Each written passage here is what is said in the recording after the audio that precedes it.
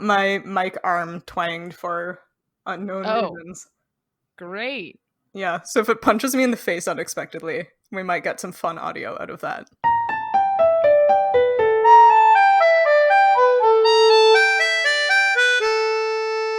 Welcome to Midlight Crisis, a real podcast where three grown adults reread books from our teens, and it's totally cool.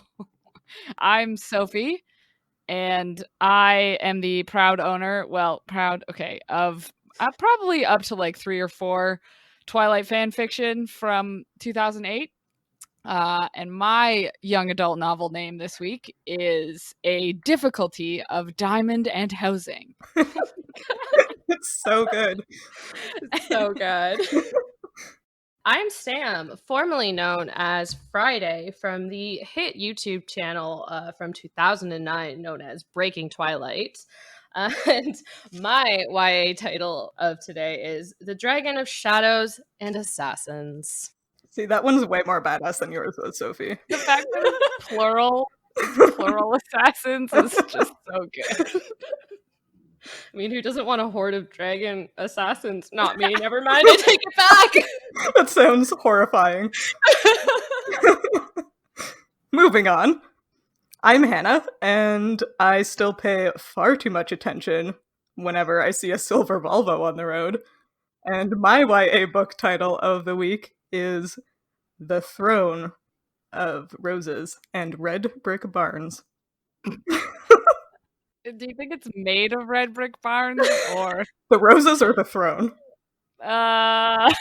Both probably. Is the throne made of bricks? Or like whole barns? Anyway. Very important. We'll get back to this later. Yeah. We'll come back with updates. Yeah, so this week, year, decade, we are starting by reading the most iconic of the books from our teenhood, which is, of course, Twilight. We are reading it in preparation of cross-referencing it with the Midnight Sun release, which is coming up soon or may have already been released, depending on when this comes out. But we've read the first chapter of Twilight, and we are ready to give our first impressions. So, does anyone have any impressions, first or otherwise? Did anyone remember this book at all? Sadly, I remembered too much of it. Oh! Do tell. No, I don't know. I can see why high school me loved this so much. And when I say I loved this so much, like, it was an obsession. If you meet anyone who knew me from high school, it was a period of my life. We'll just leave it at that. Anyways, reading it again, though, at the ripe age of 28, it brings a whole lot of different perspective. And ultimately, my first impression rereading it was problematic. Your impression is problematic, or the book is problematic, Sam? Both. I feel like if we just looked at 2005 as a year, we'd probably be like, yeah, all of it kind of problematic. Yeah. It was a time. But we can go more into that later for specifics. Thing. I'm sure we'll read a lot about it being problematic in later chapters. Absolutely. What about you, Hannah? I actually enjoyed the first chapter a lot more than I was expecting to. I kind of came into it with the Twilight, perspective that everybody in the world has apparently had for the last decade and change. Yeah. But it was fun. It's very dramatic, which I'm sure we will get into. But it was easy to read. I can see why I enjoyed it when I was a teenager, Sam said. I'm genuinely looking forward to continuing reading it, so that's exciting. I mean, that is a bonus for sure. Yeah. Yeah, I mean, similar first impressions. I couldn't really believe how much was crammed into the one chapter. Yeah. Same. By the end of the first chapter, you're like, damn, everything's all been set up already. Yeah. We've already talked about her pretty much entire background, all of her feelings about everything, and we met all the vampires. Well, yeah. Mostly. Spoilers. Sorry, spoilers. There's Spoilers. vampires in The this book book. came out 15 years ago. Spoilers. The book came out 15 years ago, but spoilers. Yeah, so I guess before we dip into more specifics, I thought we'd talk about like what the YA novel brand, I forgot the word, encompasses. Yeah, genre. what the YA genre kind of means, since it really only appeared with Twilight, as Twilight, after Twilight. Yeah. But I know you're like way more knowledgeable on this than I am, Sam. So if you want to tell us what YA is, I would appreciate it. I wouldn't say I'm more knowledgeable, more that I've just like thrown myself into this topic full-heartedly, because even as an adult, I still enjoy YA fantasy, or YA literature in general, but more so YA fantasy, which tends to have negative feelings to it. And people are like, oh, you're too old. Why are you reading about teenagers? Da da da. So I wouldn't call myself an expert, but I have researched the topic extensively to have good debate points. But anyways, yeah, to Sophie's point, I think YA really did emerge with Twilight. I think it kind of started, a lot of people say Harry Potter was kind of the beginning of it, but I still argue that at the time was more middle grade. And I feel like Twilight, especially with young girls, is what got a lot of people into reading. So it kind of brought into the book scene this entire new genre where you got things like The Hunger Games, Divergent, the Shadowhunter Chronicles, and now it's just expanded to the point where it's this huge section in the bookstores. But it's primarily, in my views, a marketing regime at this point. Yeah, because these kind of books existed before, basically, right? Yeah. But then they just decided to say, oh, we have to target books towards different ages. Yeah. To be able to sell more books. Yeah, and like the best example of that, well, that I can think of off the top of my head, is the Mistborn trilogy by Brandon Sanderson. So Brandon Sanderson is typically a high fantasy author. His work is high fantasy. I've read the Mistborn trilogy. I wouldn't consider it YA just because of the reading level. It takes a lot to understand, but they're completely rebranding that book now, or I think it's been done over the last few years, so that it has YA covers and it reaches out to the YA audience, which is generally women and young girls. So you're taking this normal high fantasy, like really intense political themes, world building, all this stuff, and they're remarketing it and now saying it's YA just to reach a whole new audience. So that's wild. Well, yeah, I know that Hannah and I do like a lot of writing for fun. Yes. As opposed to Sam, who does writing for work. Yeah, true. Yeah. And fun also. Yeah. But I remember there was one time where I looked up, I did like very surface looking into what the requirements are to write like a 9 to 12 book or a YA book or whatever. What's the new one? New adult? I was very confused. Yeah, and so 9 to 12 are like kids books actually have some like rules about it, but as soon as you get into YA or anything like that, it's just sort of like a shrug, and they're like, if you market it as YA, I think then it's YA, and it's like, okay, well, that's cool, I guess. Like, you just no hard and fast rules. No. And like a lot of the times people are like, oh, it's YA if it's about teenagers. And that's where like this new adult series came in, because you had people like Sarah J. Maas and Leigh Bardugo bringing in these characters that were kind of in their early 20s, but the books weren't considered high fantasy, but they couldn't consider them YA. So like it's this weird mix. And then it's like you have these high fantasy series that feature 16-year-old girls like Mistborn and Nevernight. But because of the profanity, the sexual contact, all that stuff in the books, they're high fantasy. So I don't know, it's so weird. It's hard to describe. Yeah. Well, it's similar to, I think, not to get too intense on our very first episode, but it's sort of like what you see in like, we all have seen this in academia, like the fields that become more like female dominated are often start to be written off as like not serious or not as good as other things or as important. Like it just kind of expands everywhere.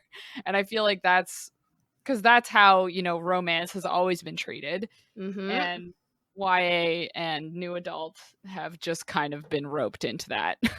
Yeah. Yeah. It's really interesting how anything that teenage girls and young women or even adult women like becomes quote unquote bad. Whereas things that So teenage boys interesting. like, Yep. those things are okay. I'm not Exactly. really sure where the distinction is beyond the obvious. Mm-hmm. Mhm. Yep. But that distinction in itself too is exactly what almost divides, I find, young adult and high fantasy. Yeah. Because it's even if you look at all the high fantasy authors, they're all white men. And if you look at YA fantasy, and sorry, I use fantasy because I am predominantly a fantasy reader. So obviously I'm a bit more biased to that subgenre of books. But as the example leads, a lot of YA fantasy is written by women. I can't even tell you one young adult fantasy novel I've read that was written by a man. The only books I've read by men are high fantasy. So the idea of like an adult man writing a book geared towards teen girls just like filled me with such horror. Oh, you know what though? I stand corrected though now thinking about that, because as a teenager I used to read John Green, and John Green wrote a lot of contemporary young adult fiction, but he wrote it very tastefully. So I never saw a problem with that. And he's also contemporary, so a little different. That's true. Yeah. Well, and also consider Rick Riordan, who's like Percy Jackson, and assorted series after that are True. What I would consider kind of like the highest bar for YA in my personal experience. Yeah. Right. I don't know that any of his books are technically YA though. I think they're all still 9 to 12. Are they? That's also an interesting distinction, is I tend to find that I prefer books that are marketed as like 9 to 12 rather than like the YA ones. I think partly because I'm not especially interested in romantic subplots. You don't get as many of those in like preteen books, but they tend to be just as well written. Like the Bartimaeus trilogy by Jonathan Stroud growing up, I believe was marketed as a 9 to 12 book. I certainly read it around that age range, but it is still one of my favorite series. And just as like complex, and the characters are just as good as anything written for teenagers or for adults. But it's marketed to children because something. I don't know why. Because there's no romance, and how could adults deal with that? I mean, there is romance. How could anyone but young women? I clearly have it's feelings. interesting, those series, because I see where you're coming from with Rick Riordan, but it's also like those series where they start 9 to 12. Yeah. Like Harry Potter's the classic example. Yeah. Right. But yeah, because like the whole area is so nebulous. Yeah. It's just so weird to have it split into so many different genres. Again, marketing. Gotta get the kids into it. Ugh, yeah. Gotta make sure we have different books for every age. Yeah. I'm on the young adult fiction Wikipedia page for context. And there's an interesting quote here that I kind of think sums up what we're saying, which is that with an increase in number of teenagers, the genre matured, blossomed, and came into its own with better written, more serious, and more varied young adult books than those published during the last 2 decades. And that more varied, I think, is the key thing, is just like, where's the common thread? It's not, I don't really know what it is. Is it the romance? Is it the target audience? Is it just the fact that these are written for a specific target audience that unifies them all together? I don't really know. It's a mystery. It is a mystery. Yeah. Anyway, to summarize, what is young adult? Nobody knows. Nobody knows. I think that's the best summary. Yeah. The good one. Yeah. Whatever book you feel like goes into young adult can go into young adult. Yeah. And also read what you want. Like, who cares? Yeah. Just everything's good. I read 9 to 12 fiction now, and I'm like, this is great. I love it. I recently reread the Del Toro Quest series, which I consider required reading for anybody who likes fantasy, and it is even younger than the 9 to 12 range. It is like chapter book level. Still really? Absolutely one of my favorite series in the world. Still holds up even reading it as an adult. Like, absolutely fantastic. So there's good literature to be found at any level. 100%, yeah. The young adult stuff tends to be at my personal sweet spot, and I think that's true for a lot of people. Yeah. And it gets so much hate. Stop hating on YA people. Yeah. It's good. I'll fight anyone who hates on YA or romance or any genre of any book or any media. Same. Like, guys, just let people like what they like. Exactly. Yep, people like things. I do just want to say I have the Twilight Wikipedia page open, and I just want to read the first sentence of the development part, which is just please. Meyer claims that the idea for Twilight came to her in a dream on June 2nd, 2003. And I just want to unpack that. I don't really. I just thought it was a good sentence. That's amazing. Now it makes you wonder, like, what was in the dream. Oh, I know what was in the dream. It was spoiler for 15 years ago. Catch up, folks. Come on. It was the scene where Edward and Bella are lying in the meadow and he is sparkling in the sunshine, and they're discussing how much he wants to kill her and how difficult life is for him because of it. Oh my god. See, I wanted to guess that it was that scene. So I'm like really proud of myself right now, but also a little horrified, but fair. Yeah, okay. Yeah, I can imagine waking up from that dream and saying, I need to write this down. I have done that before. Not with vampires, with other things. I had a dystopia dream before dystopia fiction was cool, and I was gonna write it, and then I didn't, and now dystopia is oversaturated, and I'm not salty about this at all. It's not oversaturated if done well. Yeah, and then someone stole your idea for the Hunger Games. This is really fascinating. Meyer wrote from chapter 13 to the end chronologically. The last chapter of the first draft kept getting longer and longer, so she wrote epilogue after epilogue. Huh. And then she realized she wanted to explore many events in the backstory, so she wrote a 5 to 6 chapter backstory that turned into 12 chapters. Wow. Oh my gosh. Wow. She wrote it between June 2nd and August 29th. Wow. That's impressive. First draft. Wow. How long is Twilight? What's the word count on that? It's about 120,000 words. Wow. Wow. I've done NaNoWriMo twice, where you write 50,000 words in a month, and they were A, all garbage, and B, took me so much work daily to get to that point. So writing 120,000 words in 3 months, that's really impressive. Yeah, can we talk about how great Stephenie Meyer is? Listen, we all know that the best book, Twilight's fine, but we all know that the best Stephenie Meyer book is The Host. Yes. And we're all going to die next to each other on this hill. Yes. Fighting no one because no one's going to argue with us. No, this is a fact. It's not an opinion. Dang. She got so much shit in 2005. I'm so mad. Stephenie Meyer is such a good author. And I think it's a theme I've seen a lot too, watching a lot of booktube on YouTube. It's like people love to hate popular authors, and it drives me nuts because I'm just like, I can look back and say that Twilight is problematic now, but we could do the same thing with Friends or like any media that came out of that time.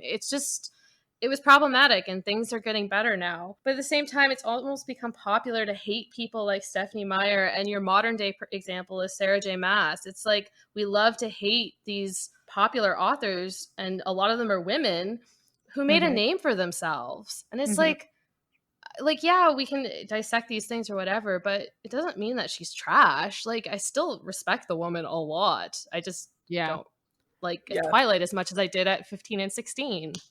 Yeah, it's definitely like I'm reading it and I'm like, I enjoy this. I like to think I have, benefited from reading all these YA books.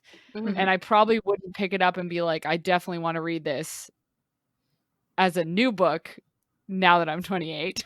Yeah. But it's like a good book and it's like easy to read. Yeah. And it hooks you in the first chapter. Yeah. Oh, 100%. I was, like you said before, I was shocked at how good that first chapter was. And it's like, okay, now I remember why I wanted to read this. Yeah. Reading a lot of like fantasy and sci-fi Yeah. high fantasy and sci-fi, you end up like forgetting that sometimes exposition isn't needed. And I Mhm. find myself so impressed with authors who can just cut to the chase so quickly and easily. And Stephanie Mhm. Meyer does a really good job at that. She does. So much happened, and you don't feel like she was just jumping all over the place. Like, it flowed really well. Yeah. Yeah. I don't I know. think that's an excellent point. Yeah. Even if Bella is so dramatic and 16 and therefore extra dramatic. I mean, neither of you knew me at 16, but I was pretty on par with that as far as melodramatics go. I was so dramatic. Oh my goodness. I am Yeah. still extremely melodramatic. Thank you very Same. much. I am too. Yeah. But I'm just saying, high school me. Yeah. Yeah. We would probably not have been friends, I think. I think the opposite, actually. Oh, yeah? Yeah, I tended, well, like, I was like the loud, obnoxious one in my group. I was a band kid, so that was also a thing. But like, I used to like latch on. There were so few people who got excited about this kind of stuff in high school with me. Like, I was the oddball. And so even like the Twilight channel that I joked about in my intro, like that was a real thing that I did. And I had a best friend at the time I did it with, and she was one of the few people who like was just as hyped about Harry Potter and Twilight and City of Bones and all this stuff as me. And so we bonded, and we were both like loud, obsessive, melodramatic people. But like, she was one of the few people in high school that I really bonded with over that. And it wasn't till I left high school that I found other people to talk about this kind of stuff with. So I think we would have been really good friends in high school. That's good. Well, one can only hope. Yes. I mean, we're good friends now, so. I like to think I'm a very different person to the Same. Hannah who existed in high school. I do not like I her very hope much. I am. If I'm, oh boy. Yeah, I am no longer, or well, that's not entirely true. I'm working very hard on not being ashamed of the things I like, because that is something that really got me when I was younger. But I am ashamed of the things that I did as a 16-year-old. Yeah. You know. The best part about being 28 is that we're not 16 anymore. Thank God. Yeah. It's really nice not being intimidated by teenagers anymore, I have to say. Well, Yeah. I mean, Gen Z is like, yeah, they're doing a good job. they're doing a good thing. I respect Gen Z. Yeah. Really intimidated by the TikTok teens. I am too. Why? Do you think they hate being called TikTok teens? I don't know. I feel like they would hate that. But is it like the same as the avocado toast and millennials being snowflakes? Like, yeah. I feel like I would rather be called a TikTok teen than a snowflake. Yeah. I have no problems with being called a snowflake. Snowflakes are beautiful and original. Yeah. That is a good analogy. Thank you, Hannah. I needed that in my life. That was beautiful. The important thing about being a millennial is that nobody dunks on millennials better than millennials. So no, Sophie, you haven't seen what the TikTok teens are saying about us. Oh, I have. Man, I have actually. Yeah. It's so cutting. I'm so glad I don't get hurt as easily as I did when I was a teen. Yeah. Being a teenager is anyway, hard. Tangent. Yeah. So I understand why Bella is dramatic as crap. Yeah. But also, I'm excited. Yes. Not to be 16 anymore. Oh man. Looking forward to being 30, and definitely do not have a midlight crisis already brewing. Mm-hmm. No, we've already got it taken care of at this age. Oh, perfect. We're doing it now. We've got it already. Well, I think that about wraps it up for today. For next session, we're gonna be reading a little bit more into the first chapter of Twilight. As well, we'll have our hands on our either pre-ordered or not pre-ordered, but entirely regretted purchasing of Midnight Sun. So we'll be talking a little bit about both chapters next time. In the meantime, if you liked this episode, be sure to like it, leave a comment or a review or a rating, or you can find us on social media. We're on Twitter, Instagram, maybe TikTok, at Midlight Pod. Until next time, remember these wise words from Twilight. The forbidden fruit tastes the sweetest. Oh, I hate it. I hate it.